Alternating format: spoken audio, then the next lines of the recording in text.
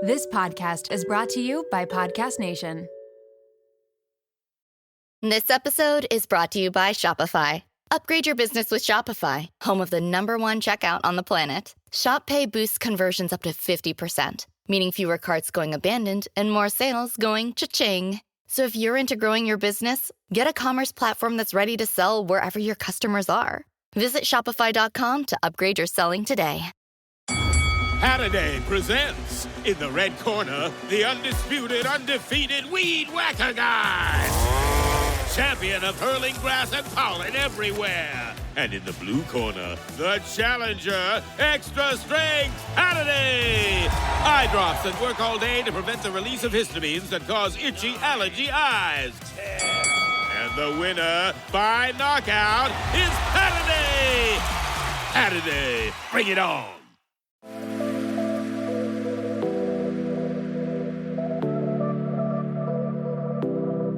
Welcome to Nirvana Sisters podcast, where we take the intimidation out of well-being and beauty to help you achieve your highest state, your nirvana. We are sisters-in-law and your hosts. I'm Amy Sherman. And I'm Katie Chandler. So let's get into some real conversation.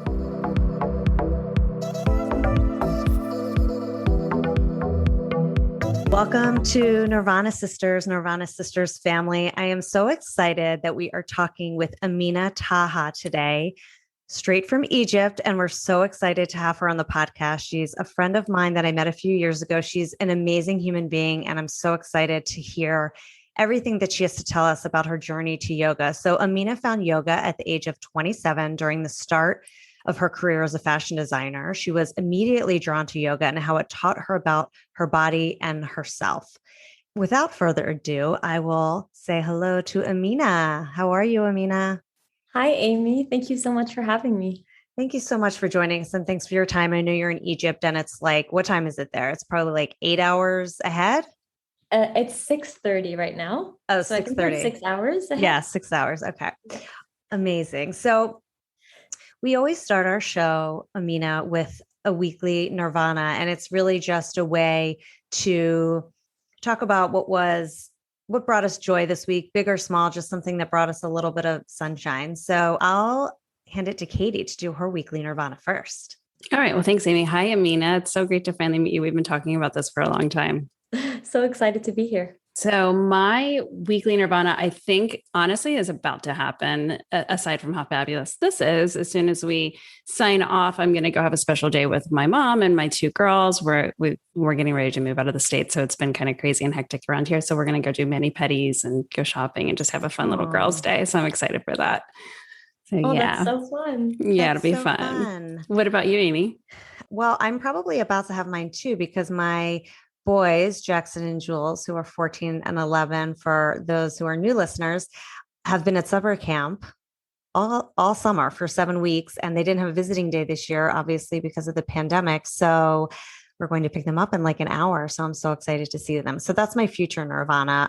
My weekly Nirvana, I've had a pretty busy week. I would say one little thing that brought me joy, which is kind of silly/embarrassing, is that I tried to not drink this week. And for the next 2 weeks, I was like, okay, I'm not going to drink anything because Amina, I've been on vacation and just having a summer, with the boys gone and drinking and just enjoying. And I'm like, this is just too gluttonous. I need to cut it off. So I haven't drank all week. I've eaten really clean and I feel so good. So it was just, I don't know, I was just feeling really good this week because I was cutting out all of the sugar and all the bad stuff for me. So that's my Nirvana. What about you, Amina? That's amazing. I'm proud of you. For me, it was also kind of related to motherhood. I was in this cute little town called Dahab in Egypt. That's kind of a diving and snorkeling town. And I was walking with my son, and just ahead of us was my sister and her husband. And so we were kind of walking behind me and my 3-year-old boy. And he just kissed my hand and said, "I love spending time with you, Mama." And it just melted my heart. I have chills. And I still keep this moment with me throughout the week because of how special it was. Oh, he's so sweet. What's his name again? Malik. Malik, that's right. That's such a good name. I remember when we met, he was like a baby, and I watched him grow on your Instagram, and he's beautiful. And I love all the pictures with you guys together. What a that trip sweet that I boy. met you was actually the first time I had left him ever. So That's right. Oh, wow. That's right. And we had that long conversation about motherhood on the boat. I remember yeah. that. Yeah. So yeah, Katie, I have just, I've been to some of Amina's classes in New York and I've talked to her a lot. And I really wanted to interview her for the show because one thing stuck out to me, Amina, and I think I told you when we were chatting that when I first met Amina, I was like, oh my God, she's so incredible. She's so flexible. She's so beautiful. Yoga just must come to her like so easily. And I remember her saying, no, in fact, I just started yoga. I think it was at that point, maybe you had started yoga 5 years ago and you were like, I couldn't touch my toes when I first started. I was not athletic. I would lay around on the couch and I was like blown away because someone like you seems to me like you would just like have it in your nature. So thank you for coming on the show. And I just wanted to give Katie that little update because I was just so impressed. So we have some quick fire questions and then we'll kind of get into the main interview. But how long have you been practicing yoga? I started November 2014. So it's about 7 years now, I would say. Amazing. And what is your favorite pose? My favorite pose changes every week. This week it's Happy Baby, just because it feels so good. And I like love to do Happy a lion's Baby. breath in it. Yeah. Yesterday I did a Happy Baby under the stars in a workshop. So it just felt so amazing. And I still love that pose right now. That sounds amazing. That's awesome. Okay. So Amina, tell us about growing up in Egypt and your background and kind of your journey to yoga. So I actually moved to Egypt in middle school and I always wanted to study fashion. So yoga was completely out of my, ambitions or any kind of future plan. And when the revolution happened, I had just graduated. So the Egyptian revolution happened in 2011 and I had just graduated university. I had studied fine arts. And I was dreaming about, living abroad and studying fashion because there was no fashion schools in Egypt. So I moved to Paris, did an intro to fashion course, and then from there did another, applied basically to do a master's in fashion in New York. And I finished that. And then I was about to start my first job, which was in Abu Dhabi in fashion. And I had a month to kill. So in that month to kill, I was like, let me start something new, like a new hobby. And that's how I walked into my first yoga class. And my life just completely changed from there because it became my passion. That sounds amazing. You, first of all, you're not little, but your big growth through fashion sounds epic in Paris and New York. That must have been such an unbelievable experience. I still love it. Like, yeah, it's always going to stay a part of me. But if for some reason I just felt more connected to my purpose felt more true to teaching yoga. Nothing brought me more joy than doing that. That's really beautiful. Were you active before? Did you exercise or do anything prior to that? Never. Oh my gosh, that's insane. That's what I'm saying. I was like, wow. That's incredible. I could not touch my toes. I had never done any. I just always also like labeled myself as a person who just doesn't enjoy sports, who's not active. So I had the most unhealthy kind of foods lifestyle. I just had a really fast metabolism. So I would wake up and eat cheesecake. I was like a smoker for a few years. I just had this disconnect from my body. And I felt like I was a stranger in my body. I never really understood my body. And then that's really what drew me the most to yoga was that at 27, I felt like, oh, I can start to actually connect to this vessel that I use every day, Yeah, I definitely understand that. I started practicing yoga, I want to say like maybe 3 years ago, but nowhere near anything like you. I'm so curious about your practice. Like when you first started, were you just taking the occasional class and then you realized that you enjoyed it and ramped up? Like, how did that transition happen? Because I mean, I'm lucky if I get like 2 30-minute sessions in a week, which is so lame. But how did that happen for you? So I actually had that month to kill until my office was ready. So I was practicing very consistently. The first month that I started, I was going to yoga classes, I would say like about 3 times a week. And I just had the, kind of the luxury of going whenever I wanted in the day. And then when I started my 9-to-5 job, that's when I really felt the shift after doing it for a month as much as I wanted. Then having that, like I'm sitting on a desk 9 to 5, then I started to have to prioritize it into my day. So I'd wake up really early, practice at home, or I would finish my work, my meetings, and I would go to like a yoga class in the evening. And I didn't have, an abundance of yoga studios around me. So I actually had to also rely on myself in that process of just reading up about things, reading up about the body or anatomy, or like whatever I was inspired to achieve. For example, I was like, oh, I would love to do a headstand. It would be so cool if I could do a headstand. And then I would watch these tutorials and kind of teach myself step by step how to do that.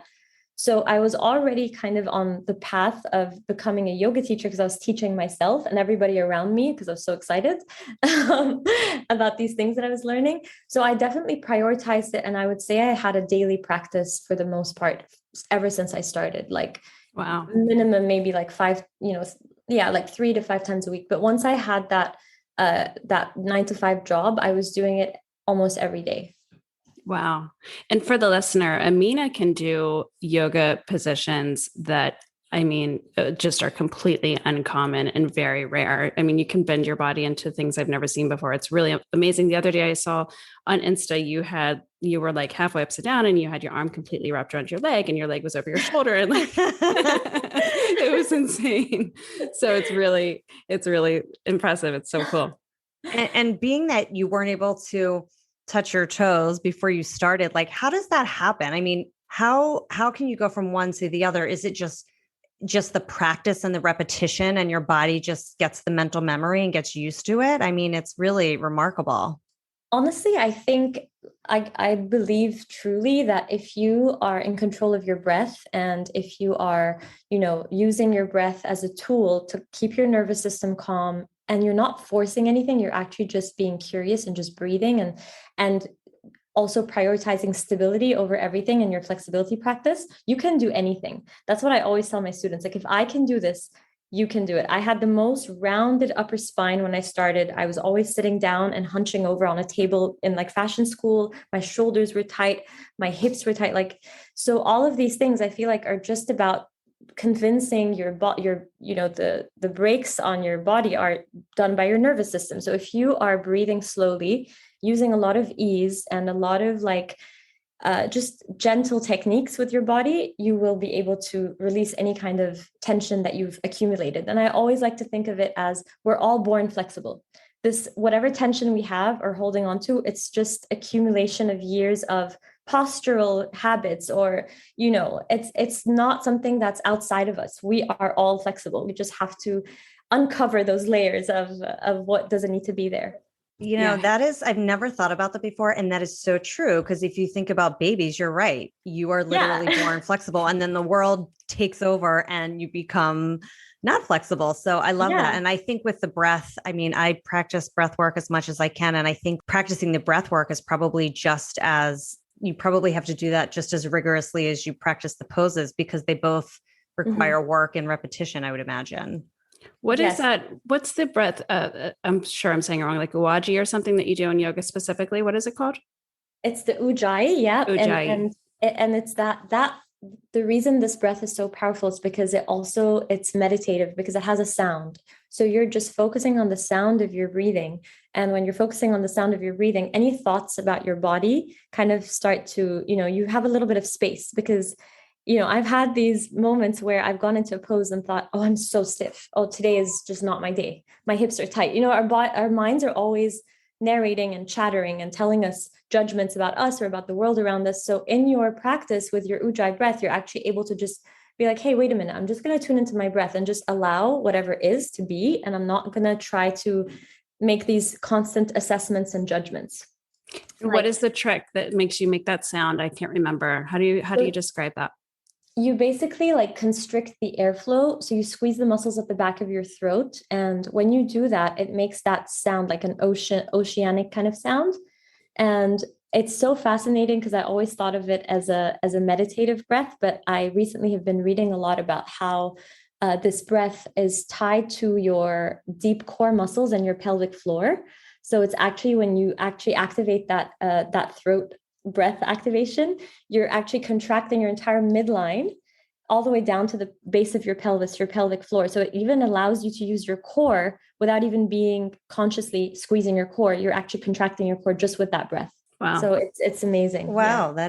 That is incredible. So Amina, you've been teaching for a really long time, and then obviously, growing and getting super popular. And for anyone who hasn't taken a class with Amina, I highly recommend that you do. I I think the last time I saw you, Amina, we met in Brooklyn and I did that class and I felt so incredible afterwards. And I remember doing, what's it called? Like a backward bent, a wheelbarrow. Oh, I Is that what I remember did? the wheel. And I Yes. hadn't done that in probably 10 years. And in your class, I was able to do it because I felt so relaxed and at ease with you that I felt comfortable. I don't know. There was something that came over me that I was like, I'm going to try this again and I feel safe. So just for anyone that is listening, please go take one of her classes. And now I was going to ask you about your transition to Zoom because I knew you were teaching in person, then obviously everything hit. So how did that work, the transition? And tell us about that a little bit. So I actually felt a sense of panic when COVID happened because my in studio classes were canceled, put on hold for, indefinitely. So I was upset because this is the main thing that I just love doing, and so I remember feeling like, okay, I could sit here and panic or I have to just adapt. So I right away started teaching, I think, Instagram lives. And then Yes, I liked remember it. that. And it was really nice, but I also felt like I would love to actually see my students as well. I would love to see them, and just see what they're doing and give them live feedback. So I started teaching on Zoom. At first, it was very manual. I would collect people's emails and send them the link. And it was and then it slowly grew, luckily. And then it got to a point where I just needed a platform to be able to manage all of this. It was crazy. So I found a platform and then I started kind of growing it into packages and subscriptions. And so now it's just super fun that I could just focus on creating workshops or immersion trainings or, classes and people get to join and everything's automated. So it's been great. So people, is it on your Instagram? Like if someone wants just to sign up for your Zoom class, they can just click a link and then you send them the link and it's all kind of easy. So I have a weekly schedule that they find in my Instagram bio. And then through that, there's a schedule of all the workshops, all the live classes. And then some people are practicing, from Australia. So the time zone isn't suitable for them. So what they'll do is they'll sign up still, but they'll get a recording to practice the class right after, whenever they're ready. Oh, cool. Yeah, that's great. Do you practice or rather teach various types of yoga or just vinyasa? What are you doing there? Right now, I'm kind of doing this kind of my own thing. So it's a blend of yoga and Pilates, I would say. It. And so it's like a bit of, sometimes I'll teach just kind of a more traditional vinyasa flow. Sometimes I'll teach hatha, but right now what my body's loving is a blend of yoga and Pilates. So that's kind of what I've been teaching and playing around with. And it's been really nice because I've been balancing a lot of strength with flexibility, with, graceful yoga transitions. So it's hard to describe, but I would say it's a mix of dynamic flexibility, breath work, and a lot of stability work as well. And how long are your classes typically on Zoom?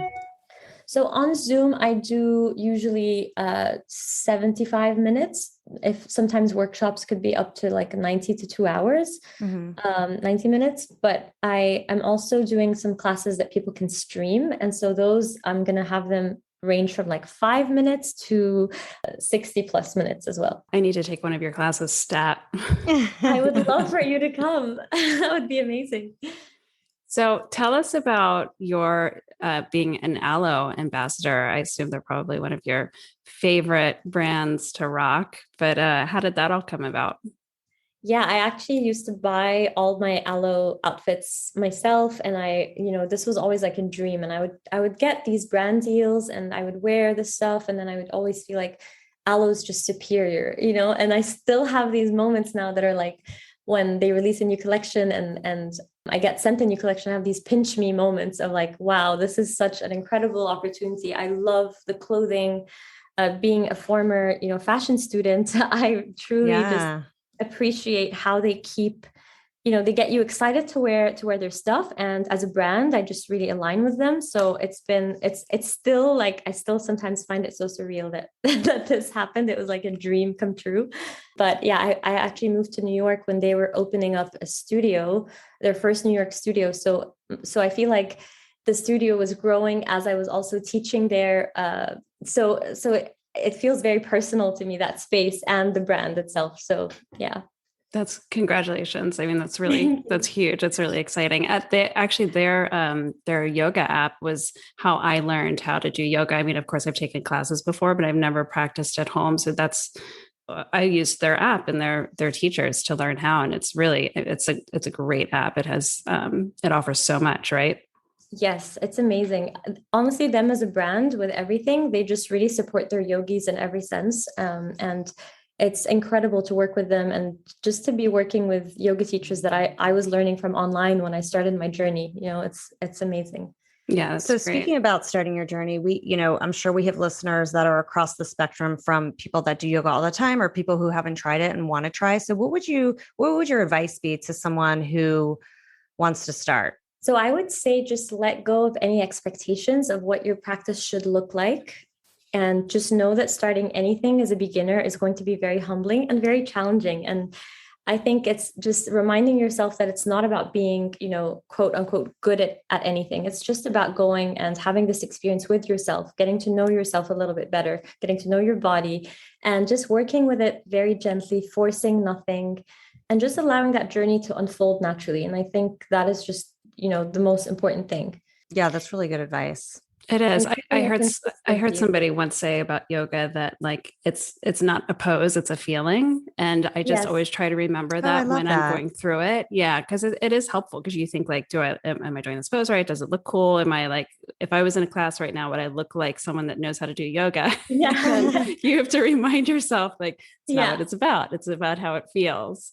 So, and also like Instagram has also kind of set this, crazy standard for yoga. Like I take accountability for that we all post our best shapes, and you rarely really see a person's millions of falls and struggles and how they actually learned to get to where they are. And that process is really important. And that process is the beginner phase. And you're always a beginner. You're never going to, in yoga, there's no such thing as ever mastering anything. You're always going to be, it's a continuous lifelong work in progress. So I think just remembering that and trying to keep it very consistent, just making it a habit, even when it's the last thing you want to do, just get on your mat for 5 to 10 minutes. You can even just put on a song and breathe and move intuitively. And just in that, you're connecting to your body and your breath. And that in itself is so life-changing. Yeah, that's a really good point. Yeah. Amina, speaking of the process of yoga, I've seen you'll share on your Instagram a lot of your community and them sort of learning different poses and showing their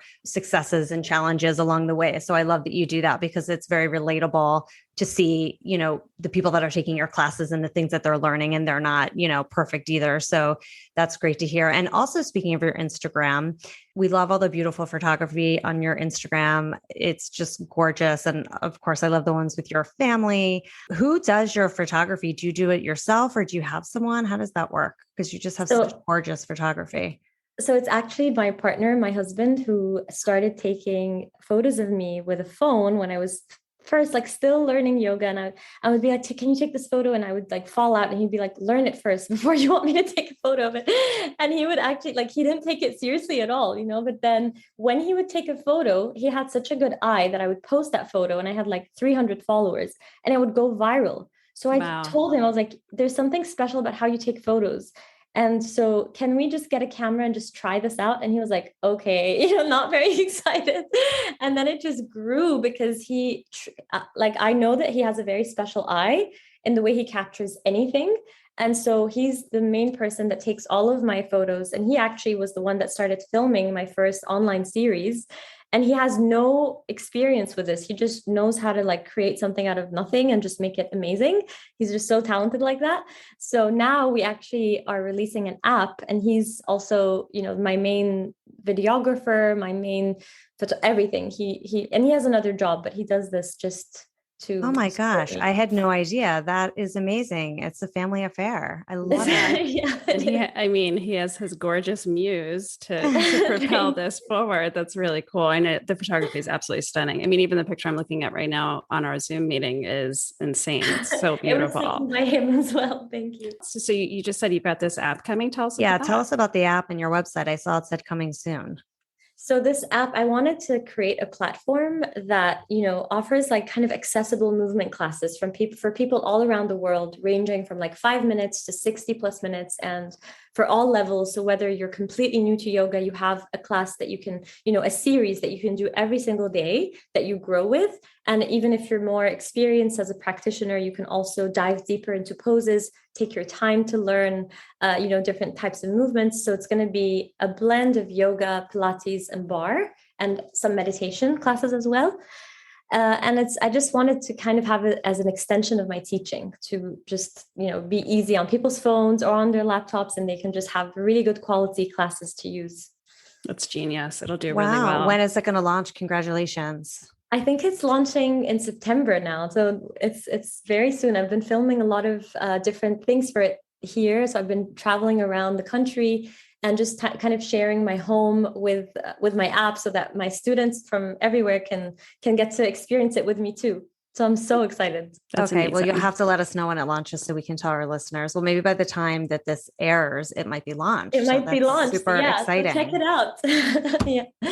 Yes. I can't wait. That's awesome. Well, the app sounds incredible, and I'm super excited for it, and I'm so happy for you. It's huge. We will definitely be subscribers for sure. Yay. So let's take it into our wrap session, Amina. We have a couple of fun questions to ask you, because you are without a doubt the picture of health and wellness and beauty. So what is your favorite wellness or beauty hack? So my favorite wellness or beauty hack is a good skincare routine, something new that I've started doing. And I just love it. And now it's like my daily thing. And I've noticed such a big difference, because it's also kind of a mindfulness practice, just taking that time, especially if you're a mom or you're running a business and running around.